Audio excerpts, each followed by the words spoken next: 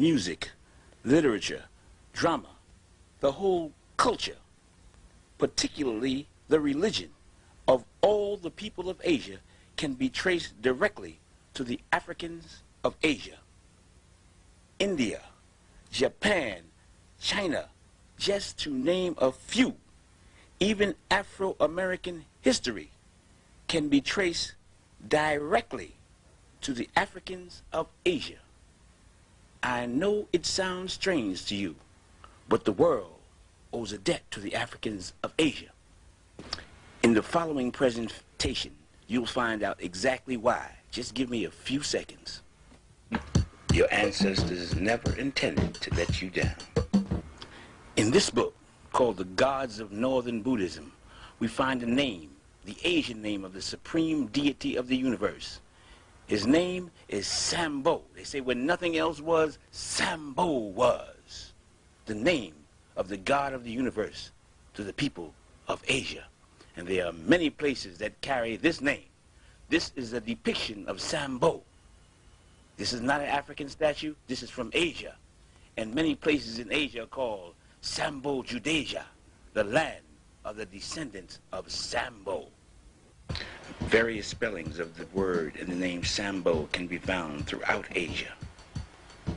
Nagas, the divine people of Buddhism. This is a 2nd century depiction of Gautama the Buddha being given his first bath by the divine people of Buddhism called Nagas, a tribe in Asia called Nagas, the divine people of all the people of Asia, symbolized throughout Asia by the serpent or the dragon. That is their symbol. The Naga means serpent or dragon, the snake, found at the entrance of every temple. The Naga on the roads, on the hills, in the caves, the symbol of the Asiatic black man, the tribe called the Nagas, the divine people. There are cities also throughout Asia that carries this particular name, Naga. It can be seen at all ceremonies dealing with worship of God. From the Nile Valley to the Indus Valley, on tombstones, a symbol of immortality because of the serpent's ability to change his skin is a sign of never dying, and is used throughout the planet Earth, North, South America, Egypt, Asia, Africa, throughout the world. It's the symbol of life after death, the Naga, the serpent. In all ancient cultures, in all ancient religions, the serpent is the symbol, the Naga, the symbol of divinity, of God. The original inhabitants of Southeast Asia was called the Mons, an African tribe. In order to confirm what these people look like, you have to go to the archaeological finds from Dravidians, a French archaeological research finding confirming the original inhabitants. There's no depictions preceding these of the original inhabitants of Southeast Asia, the people, the descendants of Sambo, the Asiatic black man. The 7 serpents, or 7 rays, or the Nagas surrounding his head, represent the cosmic forces that afford him protection. He is a divine representation of cosmic forces, and those 7 serpents represent his divine mission. He does not come of his own. He's a manifestation of the cosmos. The serpents, or the Naga, represent cosmic forces which is at his command, which represent him as a divinity. He is the manifestation of the universe. That is the symbol of those serpents you see surrounding his head. In essence, the 7 serpents are cosmological, dealing with astrology, astrological representations of those forces of the cosmos that he represents. He is a universal monarch, a universal king, which he manifests and he shows evidence of. The black man of Asia, the original inhabitants of Asia. He is a human being of flesh and blood. He comes as a teacher, as a manifestation of God. His teachings are called the Dhamma. He is called the Buddha, the intelligent one, the one who has achieved intelligence, or the genie, the conqueror. He comes to explain the laws of the universe. He comes to confirm that there is, in fact, life after death. When the Buddha appears, he appears as a preacher, and he preaches the Dharma, that existence is a continual cycle of death and rebirth, and that each person's position and well-being in life is determined by his or her behavior in their previous lives. For example, good deeds may lead to rebirth as a wise and wealthy person or as a being in heaven, and a person's evil deed could lead to rebirth as a poor and sickly person, or even rebirth in hell. He preaches that you reap what you sow. A Buddha also teaches that it's possible to break out of this cycle and gain a kind of perfect peace and happiness by practicing righteousness. They are manifestations of God. According to their prophecies, they promise to prove and make manifest through a Buddha or a Jina life after death before the end of this century. How can you teach a people to know God if he himself does not know God? If you try teaching a Christian that God is also a human being, or manifests himself in the form of a human being, or makes himself known through a human being, they will say that you're crazy, that you don't believe in God. Meanwhile, they admit that he's a mystery God who is unknown. They teach not to make any likenesses of him, yet they adorn their walls and churches with pictures, images, statues like human beings. They also say he is a spirit that cannot be seen. They cannot see him, yet they believe in him. In order to remove all doubt, the Buddha, the enlightened one, the intelligent one, the genie, the conqueror, decided to make manifest to the world irrefutable evidence. They wanted to prove to a people in the future the manifestation of God, that God manifests himself through human beings, through men. Now, prophecy is irrefutable. A prophecy is a written confirmation of what will happen at a future date. These people, the black people of Asia, predicted or prophesied what they would do 2,500 years into the future. The prophecy states that he would send something from the past and join it with something from the future, something from the material world and join it with something from the spiritual world. The union of both the past and the future worlds, and the spiritual and the material worlds, would be contained in the revelation of a secret mystic diagram called the Mandala of two parts. This is a depiction of the future Buddha who would make this manifest at a point before the end of this century. Now, the scriptures of the world have all prophesied at the end of the age, which we are now entering, the age of Aquarius, we shall see the revelation of that which is secret, and the emergence into the light of day of that which has hitherto been concealed and veiled. This, our present age, is that time, the end of the cycle, the beginning of the new age. This book by Ivan van Sertima raises the question of the African presence in early Asia. How did they get to Asia? This is the future Buddha. How did they get to Asia? They were called the Mons, and the wind and the rain in Asia is called the monsoon. This is the key to how they got to Asia.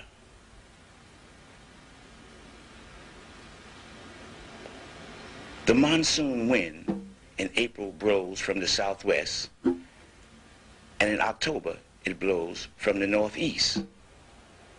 The monsoon wind blows from Africa to Asia, and from Asia back to Africa. The wind from April to October blows from the southwest, and from October to April it blows from the northeast. These two trade routes and routes that of travel is the direction of the Mons, the Africans of Asia. They went from Africa to Asia, and from Asia to Africa, and they were called the Mons.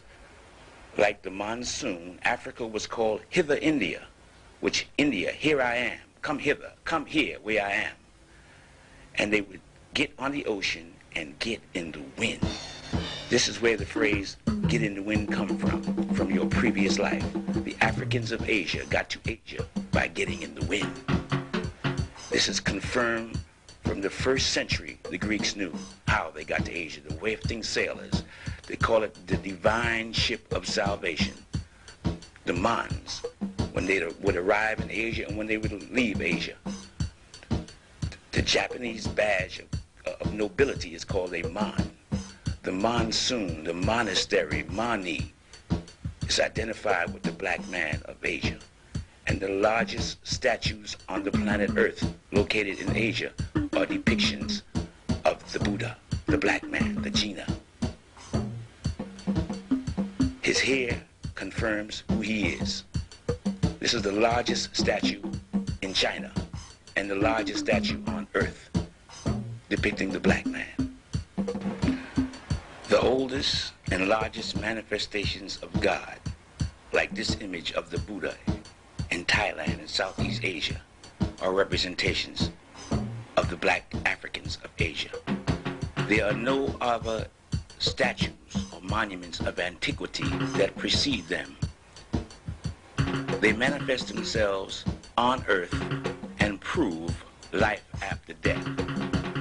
This from Ceylon or Sri Lanka, showing the Buddha, thousands of years old. They are the largest statues on earth representing the black people of Asia, or the black man of Asia, the one who comes back from the dead to prove immortality. They do it all the time in all the countries, and they prophesied that they would do it before the end of this century. This is the largest statue in Sri Lanka, the largest statue in China, the largest statue in India, the largest monolithic statue on earth, the genie, the one who comes back from the dead, carved in solid rock 70 feet high. The largest monolithic statue on earth is the black man, and it is not in Africa, but it is in Asia. The Asiatic black man, the manifestation of God who comes back to preach and explain the doctrine of immortality, how to escape the fires of hell. That is his sole purpose. To attack him is to attack the cosmic forces of God. He sits in Western style because he will be born in the West. The people who he will be born among are called the Nagas. This is the future Buddha, the one who is to come, prove with irrefutable evidence for those with intelligence that there is no death, that life is eternal. And this evidence of eternal life is put in place by their control after death of the cosmic forces.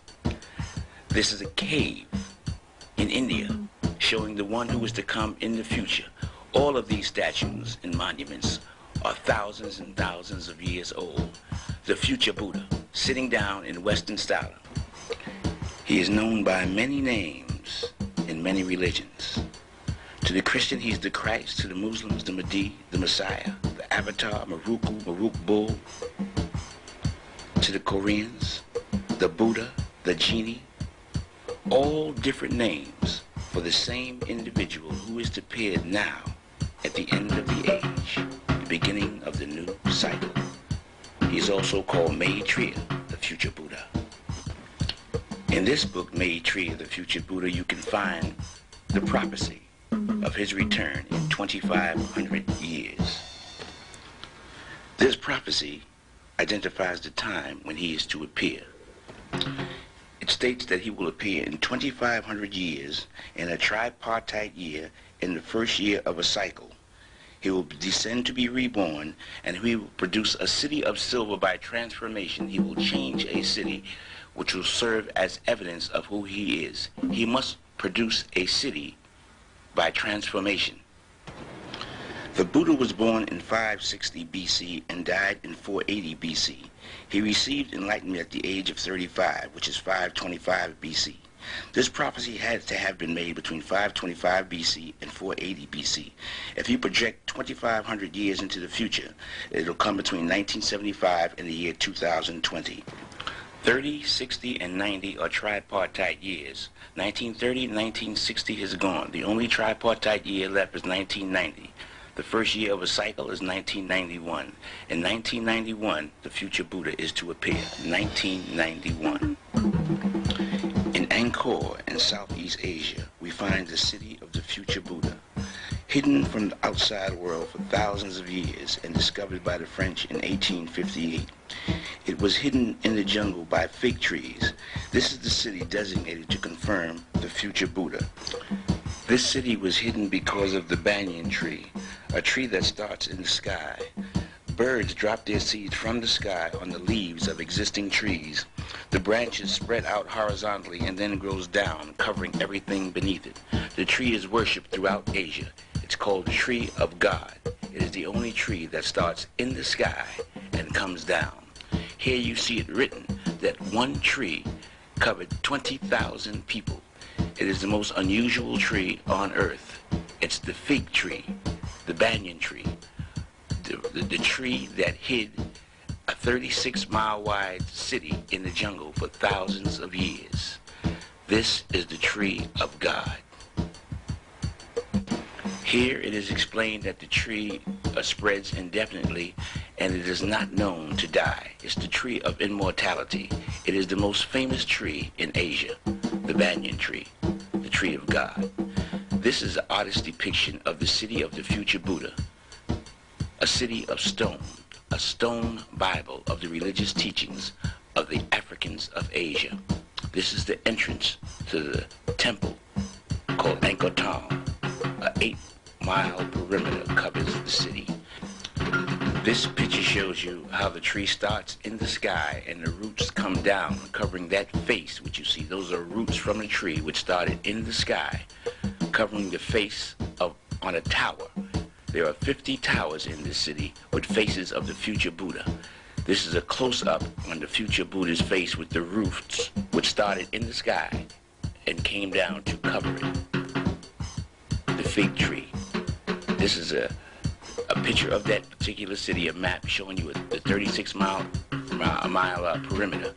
And there's a 7-mile perimeter around this city of Angkor Thom. This is the city which we will focus on, the Bayonne, the central temple of Angkor Thom.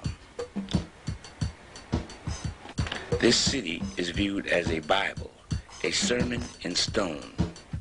As you can see, it was built by men to confirm and serve as evidence, irrefutable evidence, of the future Buddha. That the Africans of Asia who built this here, they knew and wrote the future before it happened, and that the future Buddha would use these stone images of himself, these 50 stone-faced towers, skyscrapers in the sky, stone monuments, a Bible on the walls to confirm his identity, hidden in the jungle for thousands of years. Even though the city was sacked of its riches when it was discovered by the French, it still bears mute testimony to the teachings of the black people, the Africans of Asia. These stone-faced monuments are depictions of the one to come. There are 50 towers telling you that this one, the future Buddha, who you see here, would be in a tower. The 50 towers representing the 50 states of the United States before they were ever discovered. The lions on the outside also bear testimony, since there are no lions in Asia. The lions came from Africa. These are African lions. This map shows you all the animals of Asia. The lion is not an indigenous animal, the tiger is.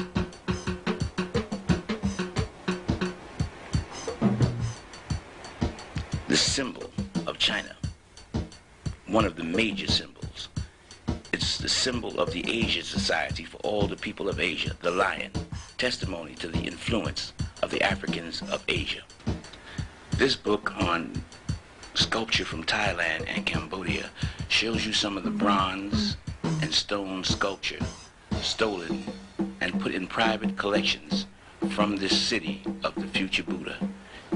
These were inside the temples and taken out by the colonial powers and put in private collections for private exhibits. The Africans of Asia. Let me clarify the way of the gods in all cultures. Number one, they write the future before it happens in stone. Then they let the future happen. Then they send one back from the dead who explains it and reveals that which they wrote. This constitutes the execution of judgment. Now, this shows you that there are, in fact, 50 states in the United States, and there were 50 towers in this city. The future Buddha is to appear in a tower in the United States on the 7th terrace. There are 7 levels above his head. That's the esoteric teaching. On the walls of this is the story of the people whom this individual, the future Buddha, would appear among. Here we show the Europeans coming in to Africa. We see they have weapons on their shoulders. This is on the walls in this city. We see the African with his bow and arrow going to meet the European on the field of battle. We see the African with his elephants and his weapons of war going to meet the aggressor coming into his country. Here we see the two armies clashing on one single panel on the southern wall at the temple of the Bayonne in this city. The African army on the left, the European army on the right, and they clash in the center of this stone carving of the European invasion of Africa, as the Europeans load the African arms to the bottom of the ship and take off to America, onward to America. The Middle Passage where the Africans are thrown overboard, the entire history or book of Revelation or unveiling is shown in this city of the kidnapping of Africans from Africa. This city is a book of Revelation, an apocalypse in stone. It is discovered by the one they call Maruk Bull, the future Buddha. He discovers and unveils the true meaning of this city. This is in the religious teachings of the people of Asia. He uses a city carved in stone, the true book of Revelation, the apocalypse, the book of Revelation, which will be discovered and explained. And we will now take you to the true history of the United States of America and their slaves to identify the truth carved in stone thousands of years before it happens about these people, the Africans of America. This document, this is the true document of the slave trade from Great Britain or the British House of Commons. It consists of certified eyewitness reports of the satanic atrocities of slavery. The fact that it was a conspiracy is evident by the pattern of punishment and the systematic step-by-step method in which it was applied for over 400 years. It is an orgy in the infliction of pain on innocent people with eyewitness step-by-step reports on what they was supposed to do and what they intended to do to these people who they identified in their document as an injured humanity. They meant to injure these people, and this was their intent. They referred to them as injured humanity. Christians did this to the children of Africa. The science that was used on these innocent people were based on universal cosmic laws. As you see here, there are laws that are above all man-made laws. They're the laws of the gods. They're the laws of the universe, and they govern all humanity. The two laws which we will focus on right now is called the law of karma, the law of cause and effect, and the law of polarity, the relationships between opposites. Both of these laws pervade all things in the universe, and this was the focus of the slave trade. We all know about crack. If a woman takes crack, we now know that that same addiction will be born into her babies. Crack addiction in the mother is born into the child. This natural law, the law of rebirth, the law of karma, the law of cause and effect, was used on the slave in a corrupted method, in a corrupted manner. The primary objective was to induce the fear of God into the slave. Fear is associated with God. If you fear someone, that person in your subconscious is viewed as God.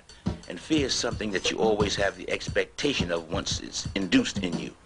So the primary objective to get the desired results would be the creation of a race of people that would worship the European race subconsciously as God. That's the objective. Pain and fear, the infliction of which would cause the slave subconsciously to worship the European as God.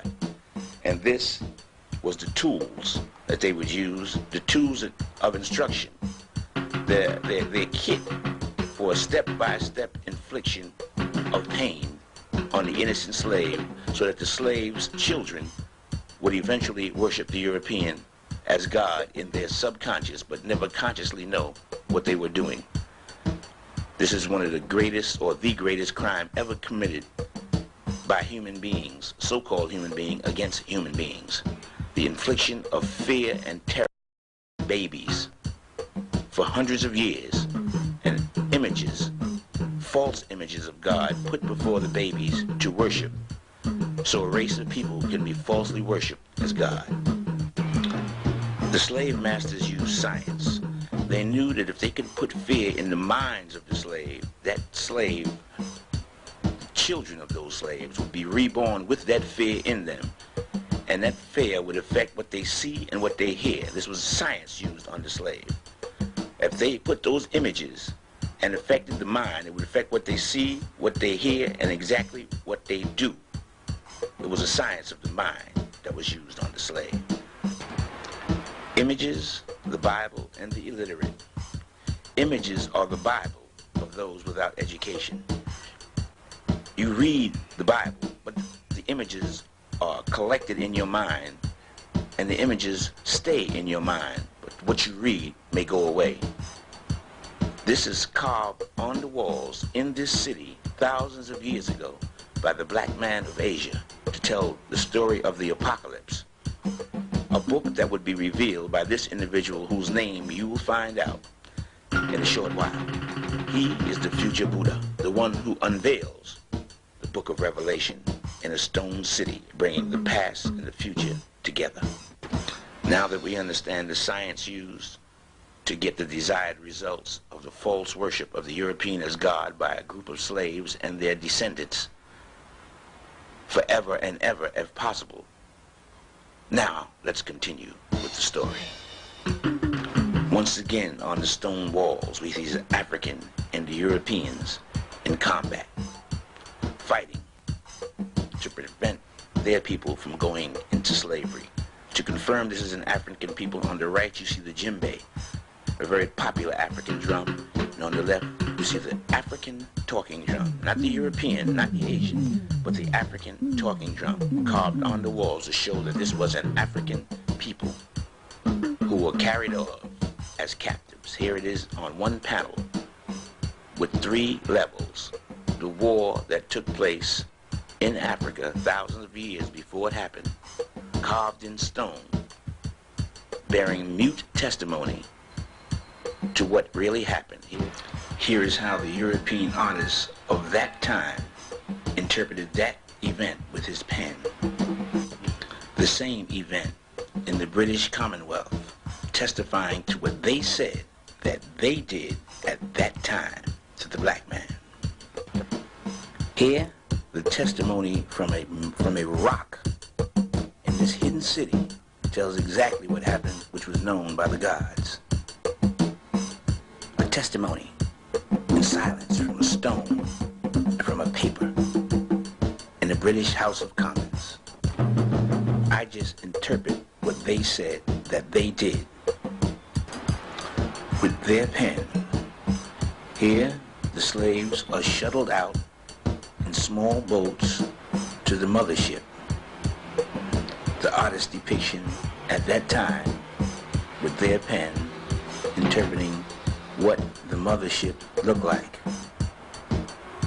The ship that brought the slaves from Africa to America is now interpreted by the Rock of Southeast Asia. This is from Barubador. The ship of salvation is the same ship that comes to pick up the slave, and the same ship that brought the slave into slavery, packed like sardines, according to the pen of this European who knew what he saw. He saw the slaves, according to this pen from this artist of European extraction, being packed into the ships in the bottom of the ship. This is what they say they did. The stone now speaks. How the African fought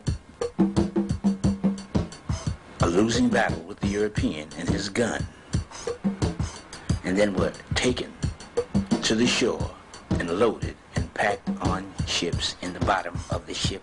The stone, in silence, speaks loud and clear, with the Europeans on their head with their weapons prepared to kill. Testimony from a rock. The European says the slaves were in cramped quarters below the deck. They know what they did. If you compare the cramped quarters from the European pen and from the stone monuments of the gods, you will see they both speak with accuracy. The black man was cramped on the bottom of the ship according to the stone monument of the gods, and the silence of the European pen bearing mute testimony to that truth, which only applies onward to America. The fight did not end with the capture. Naturally, tribal groups fought all the way to the mothership.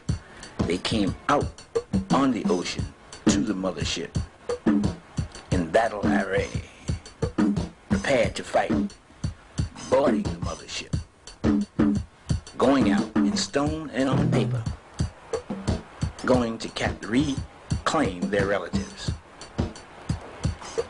Here they are on board one of the ships where the slaves are, a mutiny. Tribal members coming to the mothership, continuing the fight on the water to get their captured relatives and tribesmen back. On paper and in stone. The same battle, the same event, the same thing, testified by mute witnesses. Slaves coming up from beneath the ship fighting for their freedom, according to the European pen and according to the rock of the Africans of Asia. The fight on board ship, going out to meet the aggressor to bring back their relatives and friends who were captured. Naturally, after the European had won the battle, during the Middle Passage, when British inspectors would come, he would throw the Africans overboard to the crocodiles and the shark, according to his pen and according to the stone. In this sacred city, hidden for thousands of years, the events of the Middle Passage is told with mute testimony, in silence, in the loudest silence, with that bird, that phoenix on their ship, identifying who they are. They're the European who threw the black man overboard. On the rock and with the pen, two opinions of the same event equal the same opinion of the Middle Passage.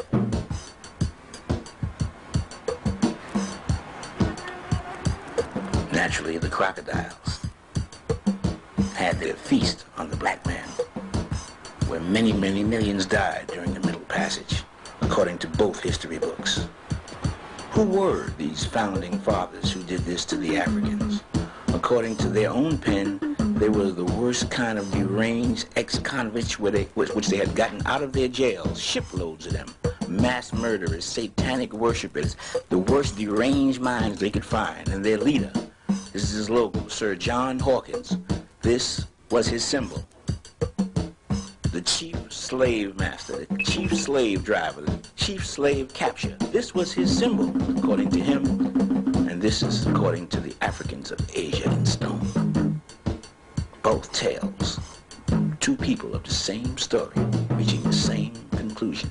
One thousands of years before, and one thousands of years after, bearing testimony to the wisdom and knowledge of the black man of Asia.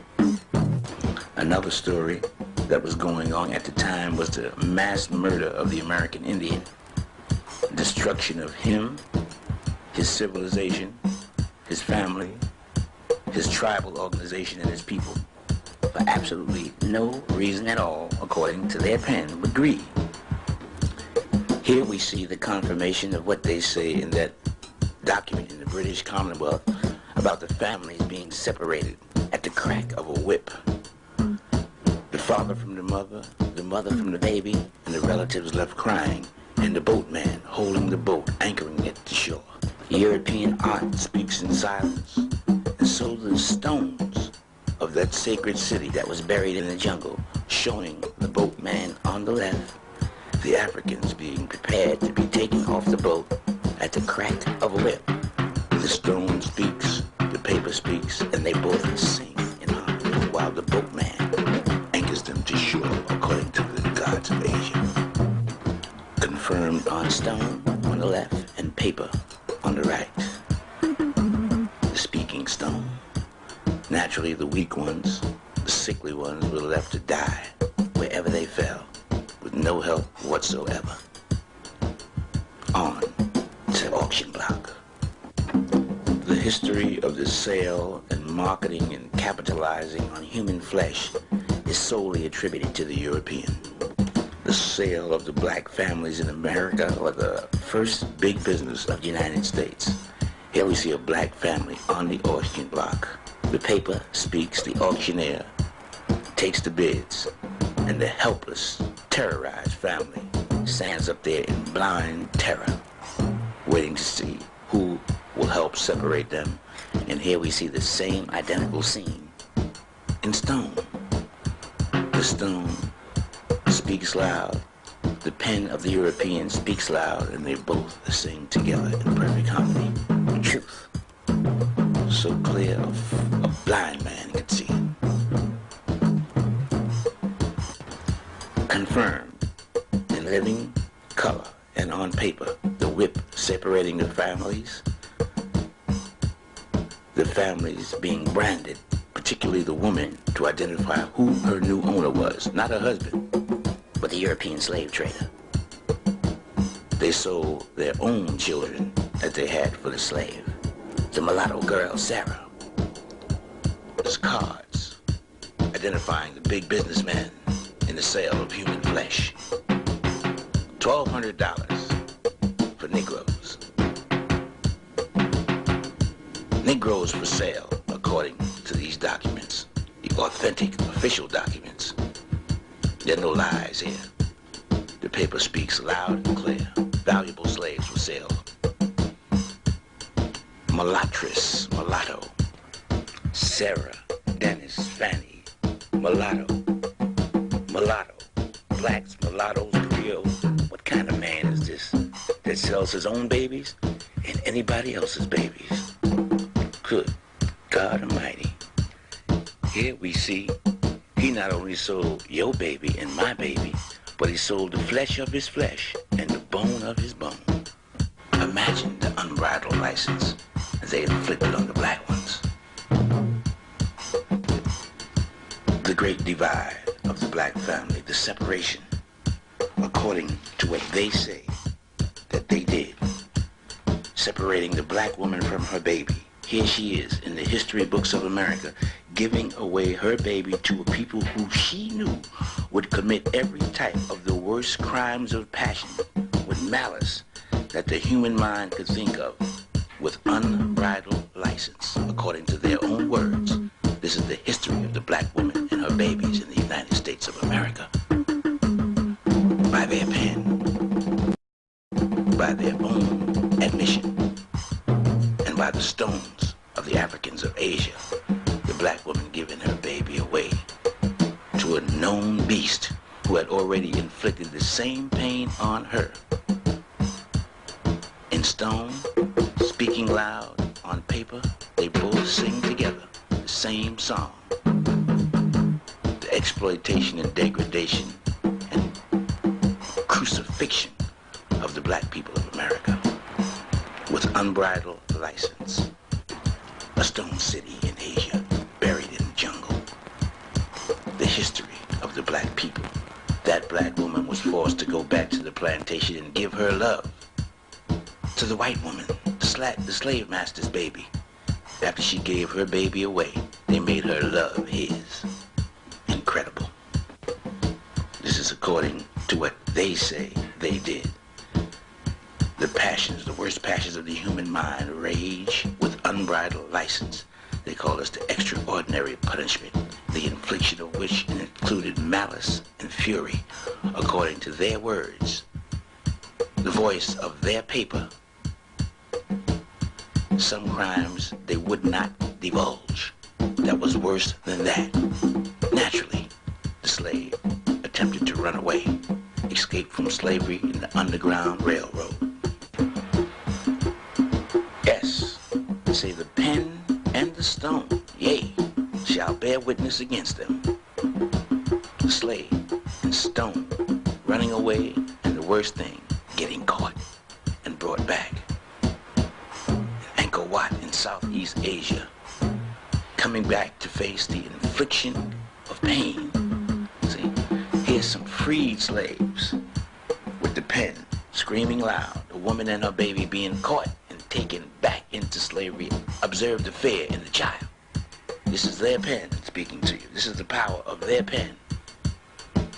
In stone, the slaves being caught, who ran away, brought back and thrown down to a lower hell for lower punishment, being beaten, their tongues being pulled out, hung from trees, savagely beaten with bats, sticks, knives. They had 50-pound bricks, according to what they wrote, that they would crush them with. They would throw them in hot sugarcane oil. They would pour hot lead on them. This is what they say they did in this document, and here it is, screaming from a stone, bearing mute witness to what they say that they did, confirming that. Here it is right here, on paper. You see, they would put 50-pound, 70-pound weights around their necks and crush them. Why? They tried to avoid pain. Here they are with the weights, and the two Africans under the weights, the Afro-Americans, being crushed, and they would let them stay there in pain. What manner of people is this? What kind of people is this? Here's a woman who knew she had to go back to slavery. She said, "No, sir." She jumped out the window, confirming the effect of the slave master in inducing fear. Here's the meaning of fear in the dictionary. Let the wife see that she may fear the husband. Let her see the pain inflicted on her husband. He maketh the pen speak. The pen bears witness against him. Notice the entire family, the entire plantation looking on. The woman, the husband, as they beat the slaves. The babies, the wife, the family. This was the objective, to inflict fear in the entire race. To put the fear of God in the entire race. They never did it without witnesses. Your woman beaten in the presence of her family. A whisper from the pen of the European slave master. He did it. He wrote it and he painted it. The runaway slave took all the pain. One of the primary objectives is to force the black woman to know that her new man was the white man, so he branded her. He made her loyal to him. He raped her. He made her carry his baby. Then he invited other nations.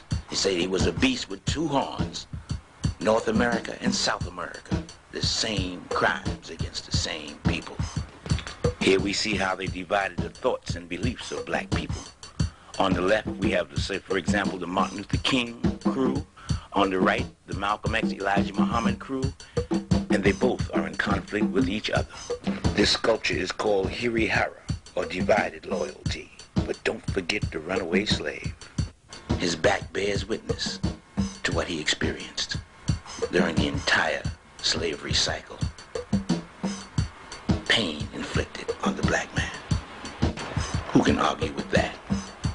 Who can deny that? And here it is. On paper, they identify and give you a definition of crucifixion: to torture with severe pain and anguish. That's the meaning of crucifixion. And they show the black man. And it's in the tradition of the people of Asia. This is the symbolic representation of crucifixion, of infliction of pain in every part of the body in Asia, in the traditions. The castration of the black man, the cutting off of his penis, the ultimate symbol of crucifixion in stone. A voice from the stone of Southeast Asia showed the black man in the position of the cross, with his penis castrated, the man below him with a knife, with pins throughout his body showing severe pain. Him and the black woman were forced to suffer. They are the Christ in Asia. And this is how they did the Christ. In stone and in paper. Before slavery, they never put him on the cross. The pen and the brick and the rock in harmony. The crucifixion of the Christ. This is the true identity of Christ. Black people know very little about this, or nothing at all. It's them that they should be worshiping, themselves, and here it is. The pregnant women, they were singled out. The Mayflower Madam pimped them, made them sell and prostitute their body on ships, and then beat them half to death when they didn't bring back enough money. The Mayflower Madam, the white female. This is where the Mayflower Madam came from. They would grab that black baby and chase that family through the streets, beating the baby was the target. To inflict fear in the mother, made that fear reborn in the baby, while they both watched the father hung according to their art, from their hands, their pen, speaking loud and clear, attacking foster homes with little black orphanage babies and beating them to death, kicking them, robbing them, raping them, beating them, hanging them. To your babies, they did this according to their pen, according to their hands and what they say, their art, their artists. This is a true depiction of what they say they did. Who are you to argue with this? Who the hell are you arguing with? The science that the European knew was that if he inflicted fear in your babies, that fear would be reborn in their babies. So he inflicted fear in the woman and the children by hanging the father in their presence. So that fear, according to the law of rebirth, according to the law of karma, would be reborn in their babies. So they attacked homes with orphanages with little girls and stoned and beat them and raped them and killed them in front of each other. So the word of fear could spread, the fear of God. False God, the white man. That's the law. The law. The law. No one can evade the law of cause and effect. Evil deed, evil consequence. If crack is taken by a woman, that cracked baby will be born and have the same addiction. It's the law of rebirth. It's the law of cause and effect. The baby is reborn with fear if fear is inflicted with the mother. It just has to be rekindled by an event in the life of that child. Look at these freed slaves and look at the fear in their eyes, even though there's no one there to harm them. It's reborn in their faces. The fear is reborn in the woman and in her babies by law. The law of karma, the law of cause and effect, and these were the tools used to do it. If a slave wanted to eat, they would put this mask on his head to keep him from eating. They would starve him. And those hooks around his neck would catch in the trees if he tried to run away. So if you wanted to eat, they would starve you. The tool on your right is to force feed you. So if you wanted to starve yourself to death, they would feed you. So if you wanted to live, they would make you die. And if you wanted to die, they would make you live. Think about what kind of people you were dealing with. Especially consider the fact that you committed no crime. No crime. Except that you was a people who they wanted you to worship them. So this is what they did. The woman and the man. The European woman and the European man would kidnap slaves and sell them back. Colored people, kidnappers, slave catchers, for money. Snatch your baby from under your bed and sell him. That's why they call it the crucifixion in stone. Speaking loud when you understand the handwriting of the gods. This is what they did. It's the only way to show it. They shot your husbands when they was in the water swimming, according to their art and their pen, speaking to you. They beat the old man, 89 years old, 80 or 90 years old, who could not defend himself. They beat him to the ground in front of his kids. They shot the son in front of his family. This is their pen. This book tells you much of that 100 years of lynching, telling you more than 5,000 newspaper articles on black people who was lynched. A colored woman hanged in Oklahoma. This is just telling you some of the stories.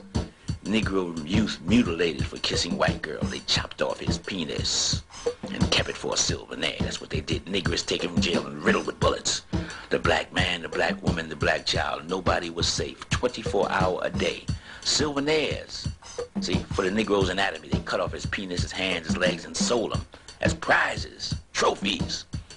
Is lynched by orderly mobs suspecting of killing a cow who they favored over the human being. A mule thief is hung who they favored over the black man. They would kill you for stealing chickens and hang you in South Carolina. This is just the last 100 years. Imagine what took place 300 years earlier. They say 70% of the hangings, there was no crime even suspected.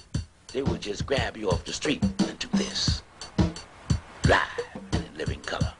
This is the people. This is your history that you try to avoid in Barubador.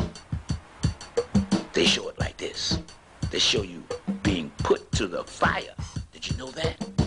The white man used to burn you at the stake. And the tradition is in Asia where you see the Buddhist monks setting themselves on fire as the ultimate form of pain, the ultimate form of sacrifice which the black people of America had to endure. This is a tradition to remind you when that day comes what they did to you. Standing around taking pictures and laughing. This was a joyous occasion, mind you. This was no sad occasion. They took souvenir pictures. There it is in Asia on the right, and in America on the left, the traditions of the Africans of Asia. And the inflictor of pain, smiling, proud of what he did. It's all crowd when you burn a black man. They all want to see and cheer as he burns. This is according to their hand. They had to push back the crowd at the burning of this innocent black man of anything worth being set on fire for. But this is the tradition of the American way. See, they would hang you, burn you, and shoot you at the same time from their hands bearing witness against them. See, they would shoot you running, they would shoot you on the ground and beat you, and they would stomp you at the same time. They would work your babies and your mama in the cotton fields for nothing. See, this is how they showed it in stone. The whole family on the plantation in this city in Southeast Asia. They would show the man taking the place of a mule, pulling the plow while his wife guides it. The man is pulling the plow, you see, and they would show you in stone the work that the entire family of the diaspora was forced to endure in this beast with two horns, North America and South America primarily, the United States of America, where this history is carved in this history of the country. It's inseparable. No free labor for 400 years in stone. The rock, the Nestorian stone, the rock shall speak, yea, he shall make the rock speak. While you worked, you were beaten. While you played, you were beaten. You lived in fear. Here it is. Yea, the rock shall speak to them. The rock shall tell the story. Yeah, in silence, the rock screams out. Yeah, they hung us from trees. Who else has a history like this? And you want to call it a lie? You want to call the handwriting of God a lie? You didn't know, did you? Yes, you did. You tried to forget. Once again, this was a festive occasion. They would take pictures and show it to their babies and their family, how they killed the nigger for nothing and saved the cow. Even the governor would commend them in Augusta, Georgia for the lynching well done or the burning well done, teaching the niggers the fear that their forefathers put in the Constitution. They had to keep fear. Here's a Rodney King. 100 years ago. Here it is, kicking and stomping this black man to death, or damn near dead. This is what they did. And here's what they did the other day in L.A. It's the same people doing the same thing all the time. And here it is in stone, hollering at you. Yeah, he gonna make the stone speak. Understand the esoteric teachings, the secret teachings. They catch the slaves and they inflict the pain. They inflict the fear of God in them, which they refer to as the crucifixion. Fear is something you live with all the time. Once it's inflicted on you, and they made it their business to continue it. The crucifixion of the Christ. The infliction of pain, the suffering of the Christ. If you really want to know who these people were, here's what they ate.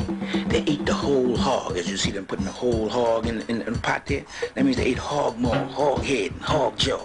They ate pig feet, pig ears, and pig knuckles, chitlins, fat back, ham hocks, pork chops, pork skins.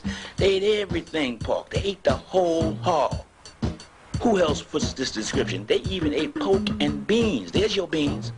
Pork and beans, y'all. Yeah. He shall make their hands testify against them. That's what they did. You're the only people on the planet who eat that much pig.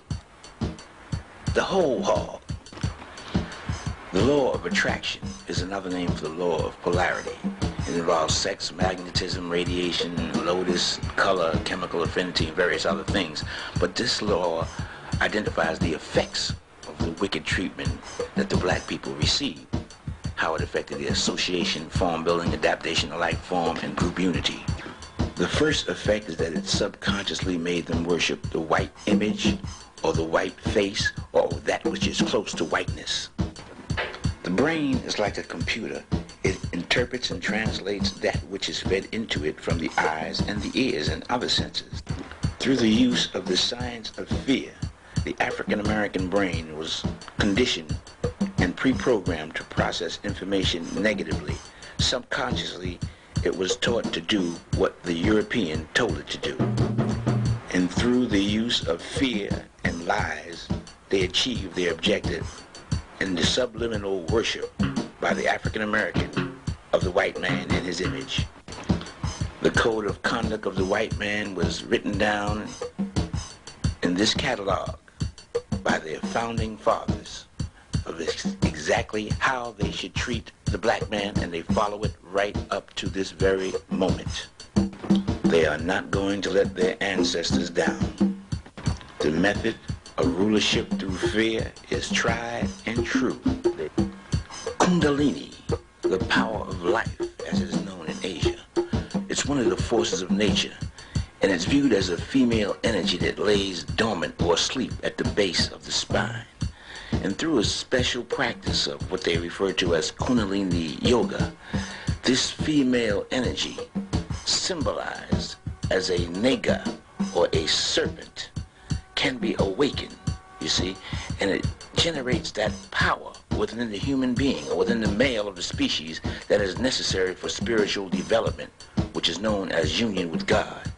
The slave master, using fear, stole the African American's natural female energy. He is now unable to express himself spiritually, symbolized here by the genie, the conqueror, because he cannot awaken his spiritual energy within himself and achieve that union with God. Once the Kundalini is awakened, it's considered to be the highest spiritual advancement, symbolized here by the genie or genius, who can awaken his own Kundalini power, the fear of death. This is the book the master gave the slave. Death put limitations on you. You set patterns in your life. At 40 years old, I'll do this. At 60 years old, I'll do that. And then I'll die. You limit your life. You limit your achievement by the belief in death. And they show you that only the Christ comes back from the death. This is what they gave to the slave, a belief in limitations on the mind. He was taught that Christ died for his sins. The African American has been tricked into believing that he can commit any crime, murder included, and that if he only asks the Lord for forgiveness, he will automatically be forgiven. Let me give you the real truth. The Lord heareth not the prayers of the wicked. The Lord heareth not the prayers of the wicked. There is no man living or that ever lived who can violate the laws of nature with impunity. It's only your deeds that save you. Your good deeds must equal your bad deeds. You reap what you sow. You pay for what you do. You pay, not Jesus Christ. Nobody can pay for your sins but you. Here, in this picture, the pen reinforces that belief that you can do what you want, this church scene, and be forgiven. Here, the stone speaks of the same testimony. The stone and the pen testifying to that same truth, the belief that you can get away with all your wickedness in the church. You got to reap what you sow. Here, that same wicked teaching in this, what they call a contraband meeting. It's contraband because there's no white people there. Teaching you the same thing. Go out and commit any crime. Go ahead and do it. You'll be forgiven. And here it is in stone, speaking loud. The pen and the stone. Yea, the pen and the stone shall bear witness. Thousands and thousands of years ago, teaching that same teaching. Here's how the black man learned of the Bible. With the white presence in the church, the white family, the white father, making sure that he got every lie correct, generating that image of love and compassion for black people on Sunday.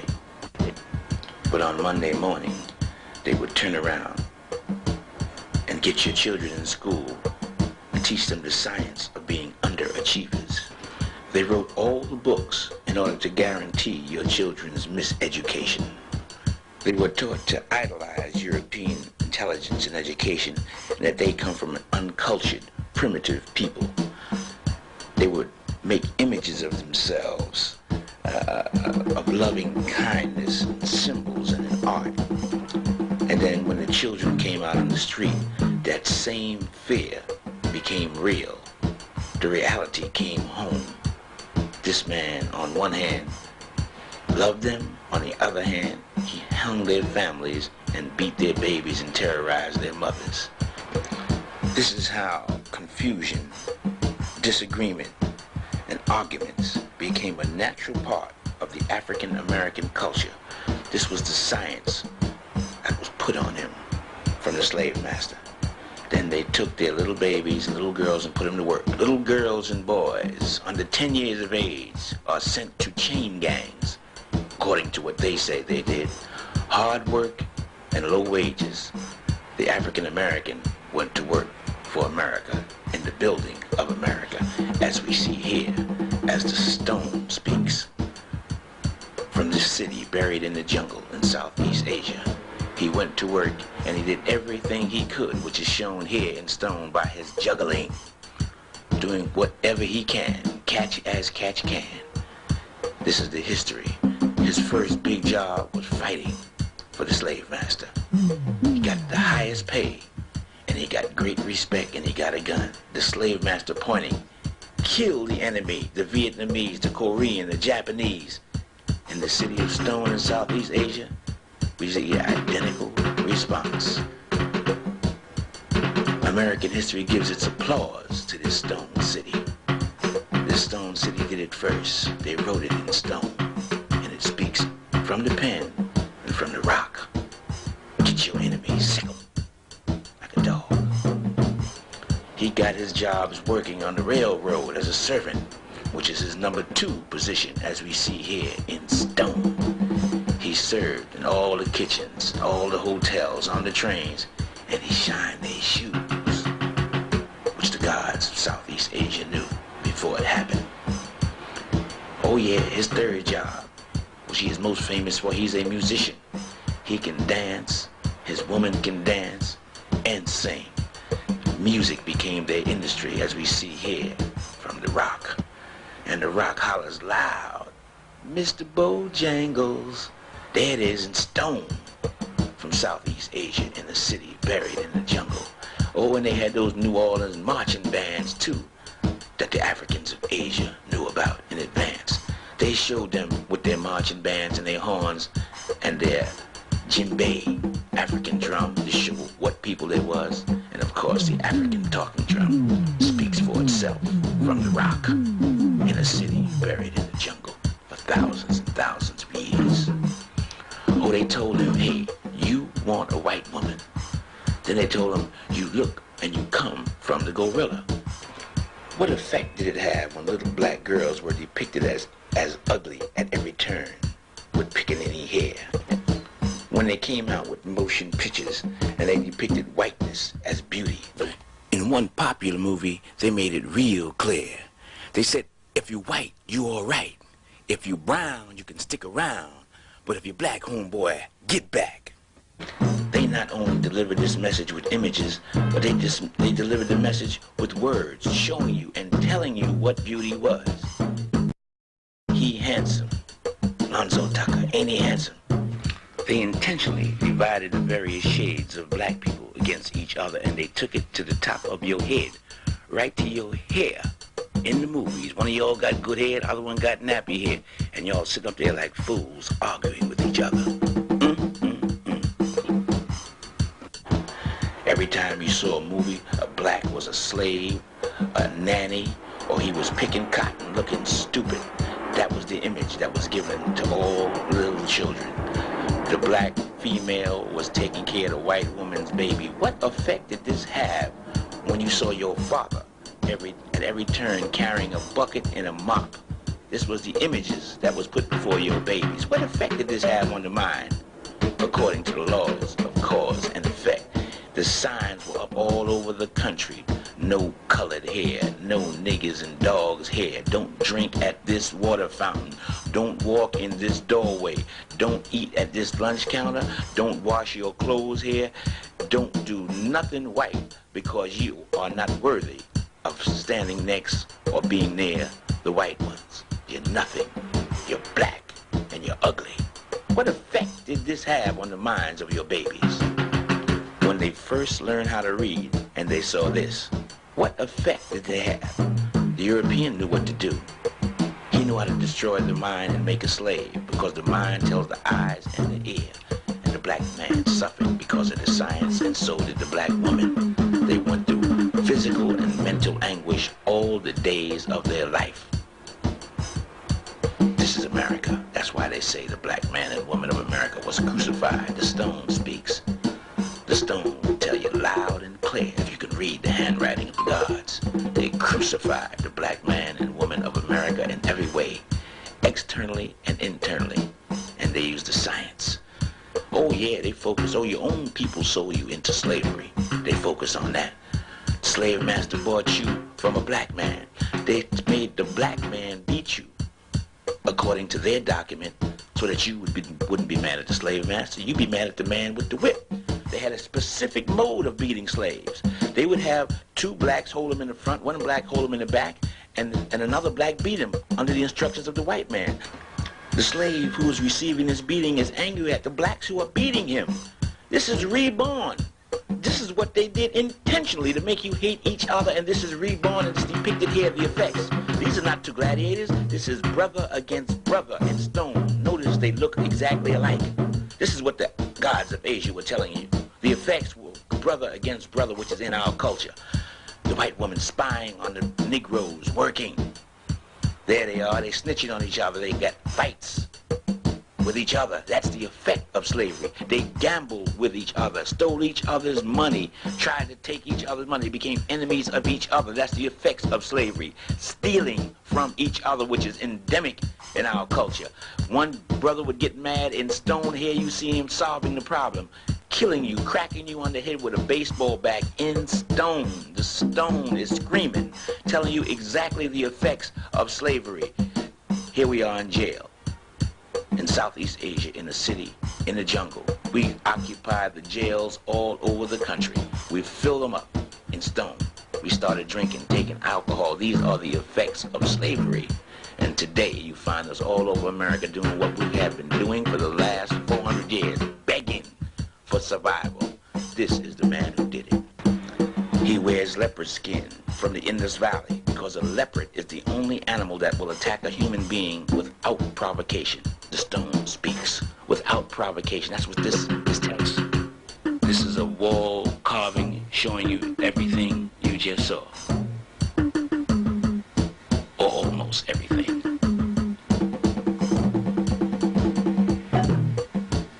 Bearing mute witness to the history of that people. And the Buddha who would appear in one of the 50 towers at that time, at the end of the cycle, at the end of the age, to confirm life after death and divine intervention. This is the way of the Africans of Asia. They let you do it, and then they show you in a book of stone what you did. This is the way of the gods. At the entrance, they show you the righteous gods on the right, the wicked gods on the left, and in the center, the future Buddha, who represents divine intervention. These are the demons.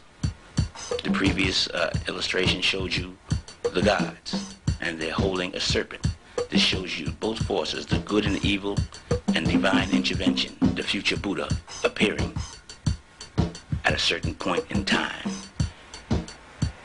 And this is the city of the future Buddha with 50 towers. Each tower has either 9 floors or 7 terraces. And in the Buddhist scripture, they tell you that it will appear. A stupa is a temple. And this temple that appears at the end of the cycle to confirm the teachings of the black people of Asia will give its applause. It will confirm and bear witness to that which you have just seen. Now, in closing, the word nega is a very profound word. It is represented by the serpent, and the serpent or a snakes can be found throughout this city, buried in the jungle. The serpent was the symbol of the black people of the world. Why? Because a serpent or snake changes its skin. That means it doesn't have a standard body that it stays in. It lives, it dies, and it comes back. When a serpent changes his skin, it's symbolic meaning. It means that he changes bodies, but he never dies. So that's why the serpent is the symbol. It's a symbol of immortality, of not dying, of changing bodies, but never actually dying physically. That's why the serpent is buried throughout this city, to show you that the Africans of Asia proved life after death. And we can find a clear definition that is well known in this book put out by the Theosophical Society, identifying various terms. Now, I'm going to read from this book. There you see it right on the screen. I'm going to tell you exactly what it means. Literally, serpent, the name in the Indian pantheon of the serpent or dragon spirits and the inhabitants of Patala, hell. These niggas are in hell. But Patala means antipodes and was the name given to America. Now, these are some niggas in hell in America, given to America by the ancients who knew and visited that continent before Europe ever heard of it. This term is probably akin to the Mexican nagals, and they have them as the gnats in Burma. And the esoteric term is represented by the dragon in China and Tibet, and it's various all countries all over the world. In South Central America, they're called nagas or nagal. It's known all over the world. It's widespread. It's associated with cosmic forces, with celestial gods, with the constellations, with astrology. The naga, the serpent, is the identifying symbol of your ancestors because they never died and they had a way of proving it. All you have to do is look at the ancient ruins all over the world, the ancient temples, the ancient symbols of divinity from China to any place you go. right here. It's the wisdom. They were identified with wisdom and with death and rebirth and resurrection. They were identified with the resurrection of the dead, of proving life after death. That's why the serpent changes its skin. And it was the symbol that your ancestors live, die, and come back. And you could go to North, Central, or South America. Before the conquistadors came, these were the pyramid temples with the serpent, the nigger, outside now. Step pyramids, the same principles used all over the world, you will find all over the world, and the serpent is present in each one of them. The nigger. In all ancient traditions, in Asia, the nigger sits on a serpent, symbolized by the black man, the Africans of Asia, 7 cosmic forces protecting him. In Asia, and you will find the same principal teachings in ancient Egypt. If the Egyptologists would just evaluate this for a minute, they see it's the same people doing the same thing. Now the question arises, why does an immortal savior type figure arise among the Negro? And that is because the Negro doesn't realize this, but he has been conditioned to go to hell. He and most people on the planet Earth has been conditioned through Hellenism to go to hell. Black people must understand that 4,000 years ago, the slave master was busy falsifying the religious teachings of the people of Asia. He single-handedly rewrote the entire Hindu religion of 1 billion people of India, and he handed distorted teachings to all the people of Asia. As late as 2,000 years ago, they stepped up their religious brainwashing of the people of the earth. They went from Europe through Asia and back. They carved the path of death, destruction, by establishing a false teaching throughout the world, which still stands today. Hellenism, perpetrated by Alexander the Great. Alexander the Great was known and became great for his murder and killing and destruction of everything black that stood in his way. He burned and looted all that was in his path. Without earth-moving equipment, he tore down the great multi-storied religious structures spoken about in Deuteronomy and Kings as high places, built by the original man, the Asiatic black man, which showed 9 floors and 7 terraces. These conquistadors did the same thing, Pizarro and Cortez, when they went through North and South America, bringing the Hellenist doctrine, a doctrine that would put the people of the planet Earth in hell. This is what Alexander the Great is famous for murdering and killing and establishing a false religious doctrine throughout the earth to put the people of the planet Earth in hell. They burned and looted all the religious scriptures that was in their way. Their primary objective was to destroy all religious teachings and to establish a false teaching that would send all future generations to hell. To hell with them, of course. This was the primary objective of the Hellenists.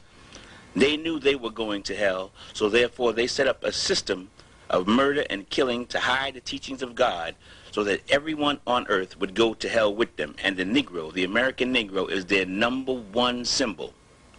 He took the brunt of all the false teachings of the enemies of God. It's hard to believe, but it's true. Their objective to send the people of the planet Earth to hell. The Negro is supposed to lead the way. This document shows that Alexander the Great ran clean through Asia Minor. Alexandria, Egypt is named after Alexander the Great. He messed up and destroyed the true teachings of the Buddhist books, the Pali Buddhism. He set up a semi-Hellenistic culture throughout northwest India. He made the Buddha statues to look like they were Greek instead of black. He went through Syria, through Saudi Arabia, destroying, changing the architecture, the science, and the art into a Hellenist appearing doctrine. He affected all the religious teachings. He went through India. Alexander went through the entire planet Earth, if not him himself personally. The doctrine of Hellenism is now pervades throughout the planet Earth, and you can see here by this map, this ancient map of Asia. It shows with the swastika, which was the symbol of the Hellenists. The swastika and the cross shows you their influence. Ethiopia, which was called Hither India, it was part of Asia at that time. They separated it from Asia, and they show you the cross. Where you see the cross and the swastika is where the Aryan doctrine, the Hellenist doctrine, the doctrine that sent people to hell, where they were influenced. where they had the strongest influence on the planet Earth. They were able to destroy all the true teachings. There's no one who has the 100% true teachings that's able to come out with the true teachings on the planet Earth today, because they have a penalty of death for them. This is further India, Cambodia, Sambo Judasia, the land of the descendants of Sambo, the original man. You see the swastika. The Asian religious teachings has always been under attack. The European Hellenists went from one part of the earth to the other with the primary objective of sending the people of earth to hell. The Hellenist swastika, that's what that means. They have the cross too for Christianity, the distorted teachings. This was started 4,000 years ago. Let's map it from 2,000 years ago. This book called the Book of God, I will explain to you what this book is about a little later.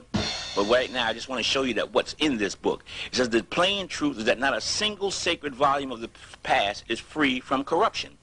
This book is explaining to you that all the religious documents in the West are corrupted.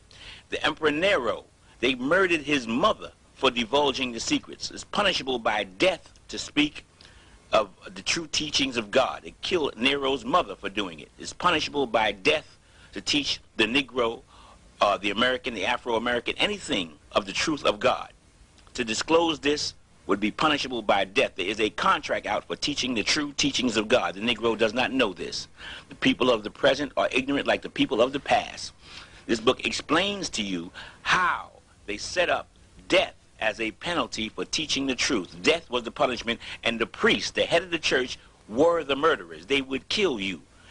They had a vested interest in teaching all the people lies about God. And the priests were the #1 murderers. The Negro doesn't know this. The apocalypse, the revelation, was death to divulge. Now this was 4,000 years ago, and then as late as Alexander, which was 2,000 years ago. The Messiah, the Negro was looking up in the air for somebody to come down with wings. They say here the Messiah is just a savior. He's a man in all respects, not free from human error. However, his doctrine is the doctrine of God, but he's a human being like everybody else, and he makes mistakes like everybody else. You can't tell your Christian this. He's looking for Jesus Christ to come down on a cloud. This is the position that they put his mentality in, the Hellenists. This is why the stone sculpture speaks loud and clear about the Negro's mentality. He has a robot mentality. He does whatever the white man says. He doesn't realize that he's been brainwashed. This is the fisherman of Nineveh, Noah's Ark. He's on a boat. This is Jonah trying to catch the Negro, to pull him out of the mental destruction that he's in. He's on his way to hell, but he does not know it. That's the Messiah with the net trying to catch the Negro. The Negro is on his way as a robot going to hell like a Frankenstein monster, but he does not know it. This is in stone. Look in your dictionary. This is an Oxford dictionary that Europeans use. White people use this dictionary. Look in the Negro dictionary that you have in your house and see if you find this word, Helen.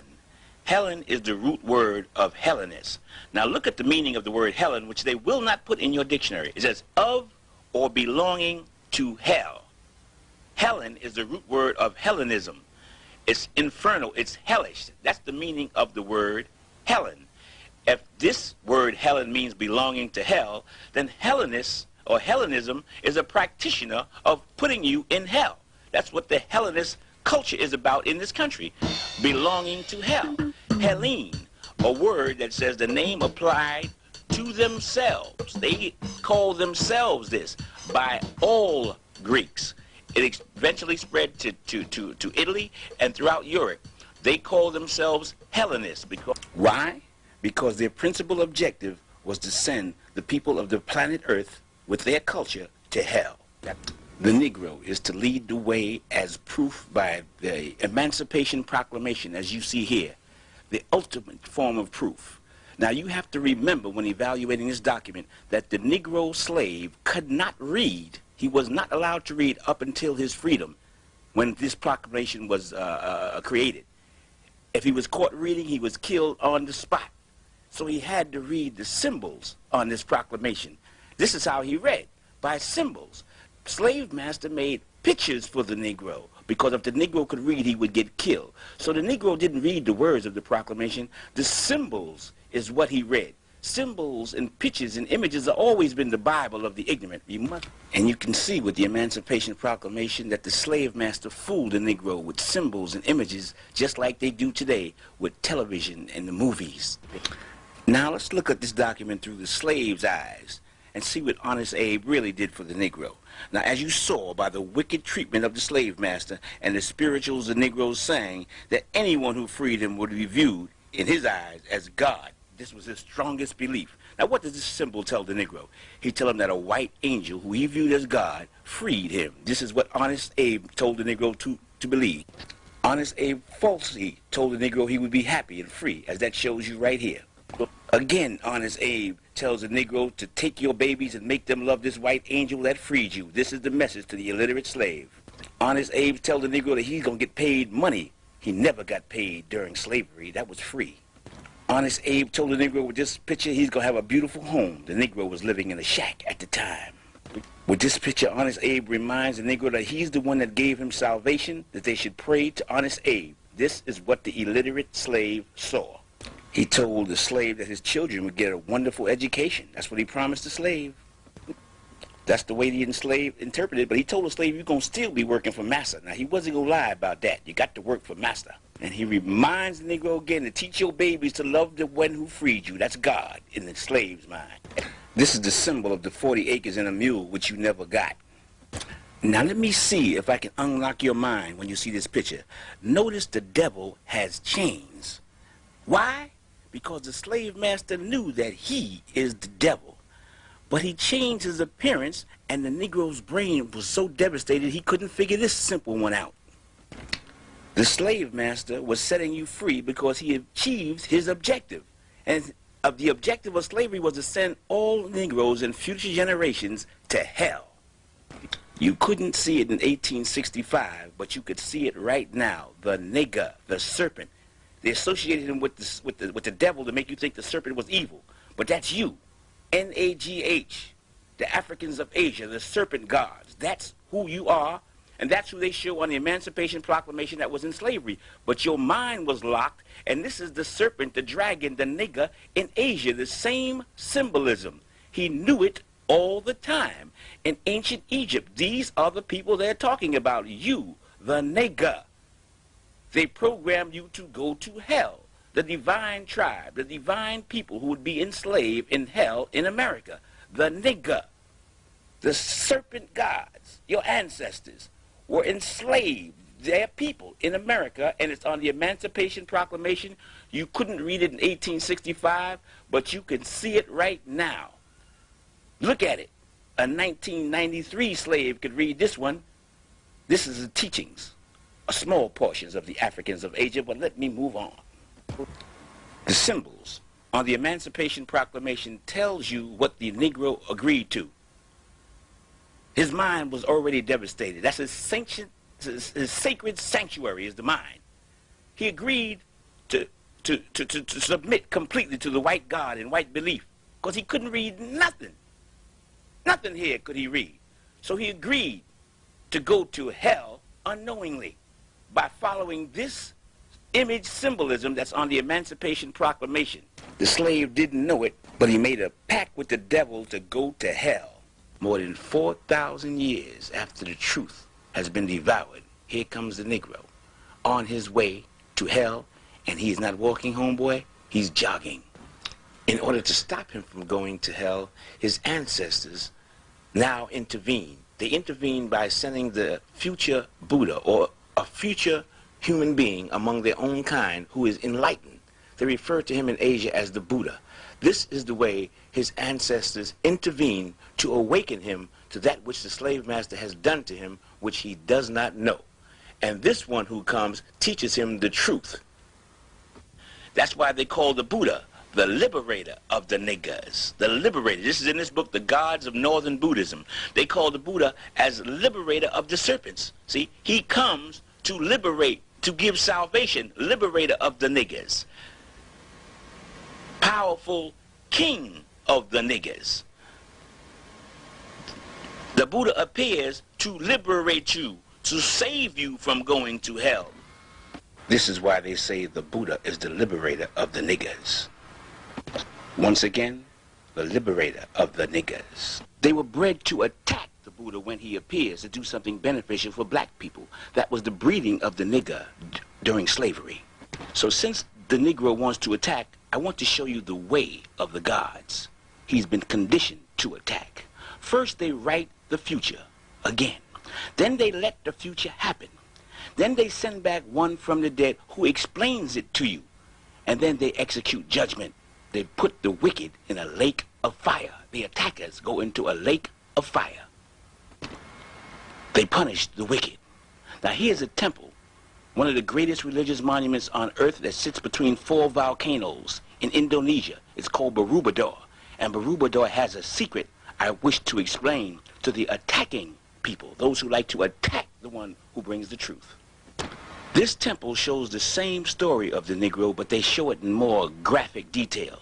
Here's the Negro on Friday night, chilling with his woman, smoking reefers, cocaine. The facial expression shows the dope mass. They write it in stone, thousands of years before it happened. And then they show it to you, smoking joints, taking dope, smoking crack, all in stone in Asia, in Borobudur. Here they are on Friday night, high, chilling with their woman, clapping their hands, jamming, doing the latest dance, and playing their saxophone, written in stone, thousands of years before it happened. Can this be a Chinese, a Japanese, or a Mexican? No, home slice. This is the black man of America with his saxophone, and the identifying location is the ghetto. And it's Friday night. Make no mistake about it. They knew you before you knew yourself. But the objective is to show you that you are not to attack anyone who brings you truth. Here they show the future Buddha in this same temple being attacked, not for doing anything wrong, except for speaking the truth of the history of the black people of America. They have the fate of those who attack. Words and verbal confrontation is beautiful. Physical violence gets you the lake of fire, as they explain it, and it is shown here in this same temple that showed you the saxophone, shows you the fate of those who attack, because the black people of America has been programmed and bred to attack their own kind first. Don't do it no more. This temple speaks loud and clear. You don't want to do that to the one who brings you the truth. You want to sit back and talk. And this is in stone. Also, in Tibet, they show you that same stone punishment in the sacred Mandela. This is Mahakala, the god of pain. And it shows you how they punish those who attack. The Buddha, the future Buddha, is on the outside. He's not subjected to all of that. But he shows you what happens to the programmed anybody of any race who attacks the truth when it comes at the end of the cycle. He winds up in this vessel here, referred to as the lake of fire. Physical violence, forget it, man. Just forget it. I want to show it to you in stone and on paper. This is the Tibetan wheel of life. It's known all over Asia. This is the fate of those who want to attack the truth. At the end of the age, at the beginning of the new age, your ancestors refer to this. This is turning the wheel of the law. And the name of the one who comes back to turn the wheel of the law is called Nagajuna or Nagajuna. He explains the secret teachings of the Africans of Asia. The wheel of the law is the teaching that there is no death, that life is eternal, and his job is to prove that. Many sacred places are named throughout Asia with the name Nagasaki, Nagajuna Konda. That means the hill of Nagajuna. When he appears, he'll be living on a hill. He'll be across from an island like Manhattan, living in a tower, which they refer to as a monastery. This is called Nagajuna Konda, the hill of Nagajuna, which is across from an island. You see, he's also known as Nagajuni.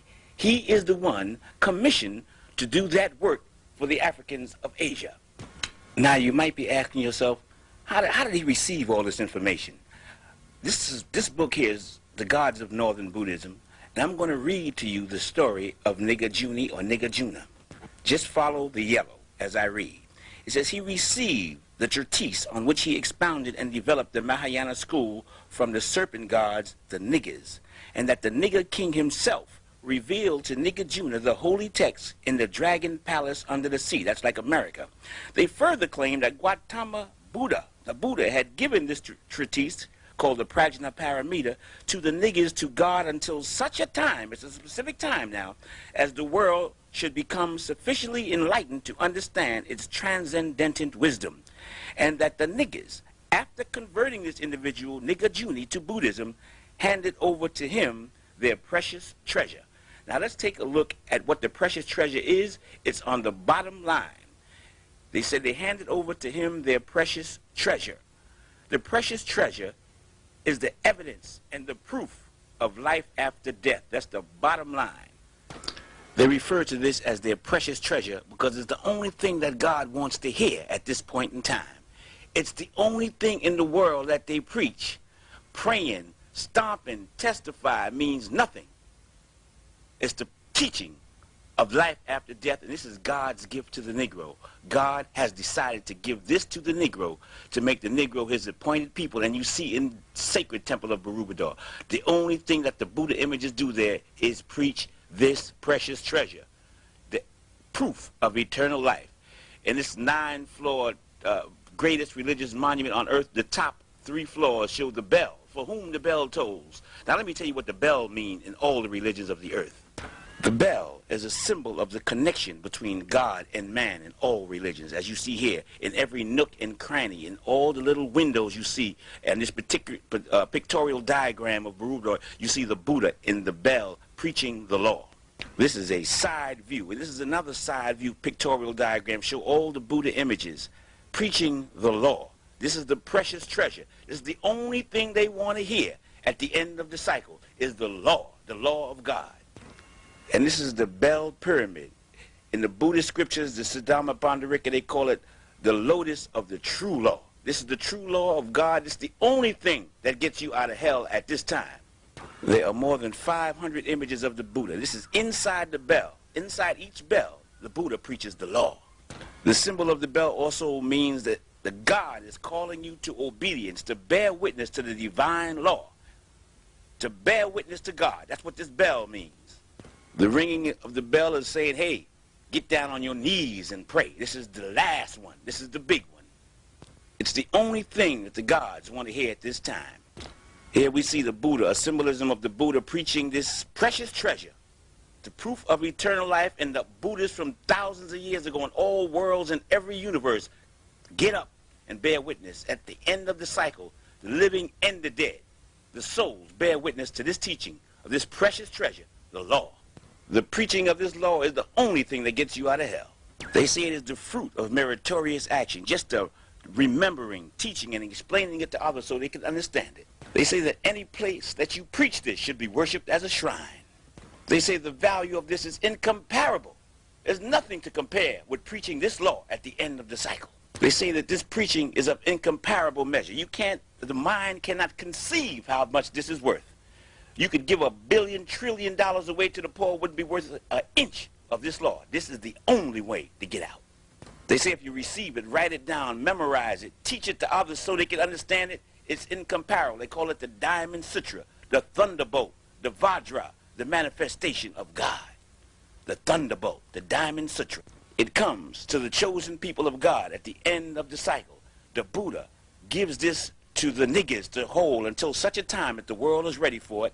The niggers give this religious teaching to Nagajuna, and Nagajuna turns it over to the black people of America, the Negro. What does that mean? That means that the black people of America are the ones chosen by God to provide to the world the proof of the resurrection of the dead. But I don't want to confuse the Negro because his brain might lock on this one. But the resurrection of the dead is also the execution of judgment. Only the Christ can execute judgment on his return. Now let the Negro follow me one more time. He has been chosen by God to show to the world the resurrection of the dead. Now Jesus Christ, let's look at the meaning here. The word Jesus means Savior. The word Christ means anointed. So Jesus Christ just means anointed Savior. It's a title for the Messiah. It's a title for one or people commissioned by God for a specific task. This is the image that the Negro has of the anointed Savior, the European on the cross. This is the depiction of the Africans of Asia, showing the crucifixion of the black people of America, the black man and the black woman being crucified. Which one will you choose? The black man and the black woman of America is the true Christ, carved in stone thousands of years before it ever happened. So as a reward for their 400 years plus of torment at the hands of the brutal slave master, the God of the universe awards the Negro, the righteous Negro, with eternal life by providing that evidence of the resurrection of the dead. He promised the Negro eternal life in the paradise of the gods, and this is what the righteous Negro gets. You have to meditate for a while on this one, because God wants the Negro to preach this sermon.